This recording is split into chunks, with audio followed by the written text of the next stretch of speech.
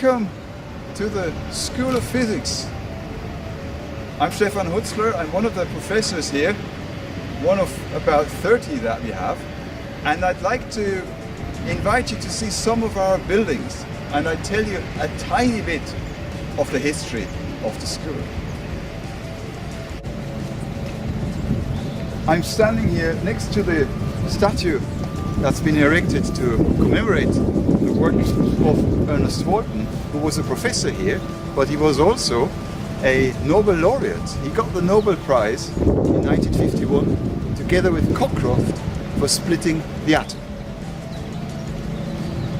The statue was designed by the artist Eilish O'Connell, and it's called Apples and Atoms. And it's called apples because I believe that Walton loved gardening and apples.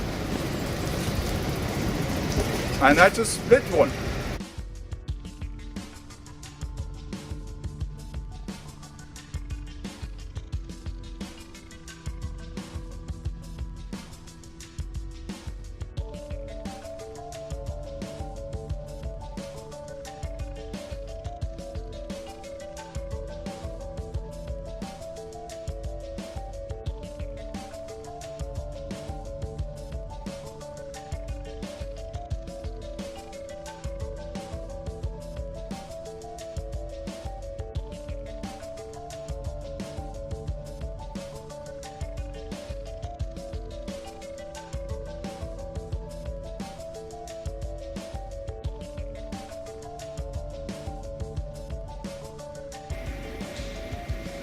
I'm standing here in the Erwin Schrödinger Theatre, the Schrödinger Theatre, which is our oldest and biggest lecture theatre.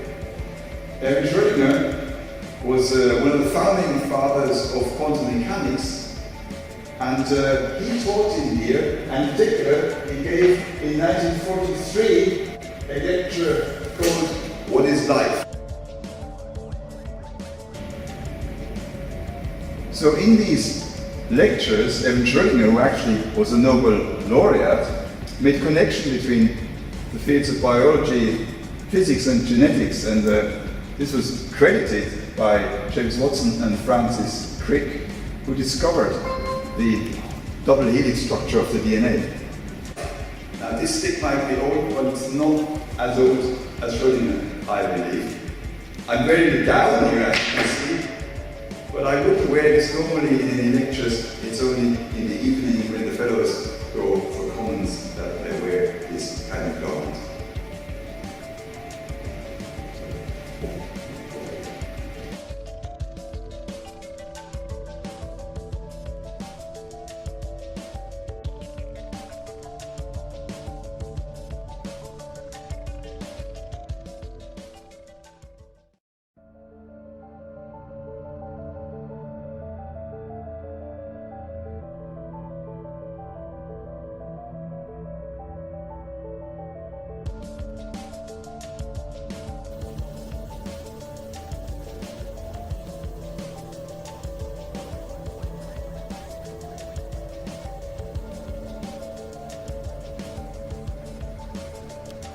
I'm standing here inside the Fitzgerald Library, a place not only used for displaying old physical apparatus, but also used to have our small group teaching.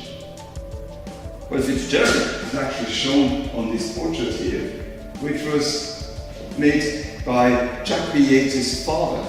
So another display of art in our school. Fitzgerald is maybe best known for what now is called the Fitzgerald-Lorentz contraction, which describes that objects shorten if they're moving close to the speed of light. This was something that afterwards was detailed in the theory of special relativity by Einstein.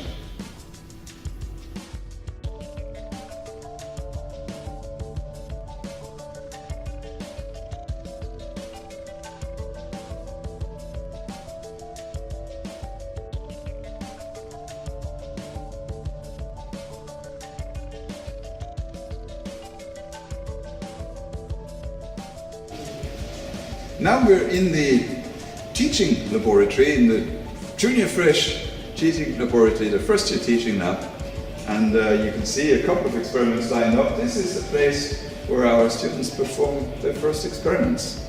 For example, measuring centrifugal forces with this setup here. Experiments having to do with heat, thermal expansion, and so on and so forth.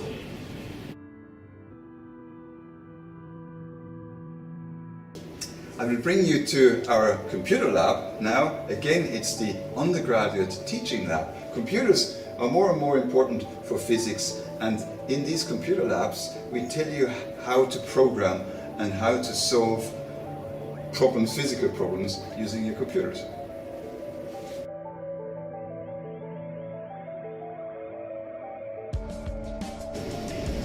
This is yet another piece of art meets physics here in our School of Physics. That's the Weir-Phelan structure, the structure of an ideal foam that was discovered back in 1994. And the structure, the sculpture, was built in our workshop, again by David Krause.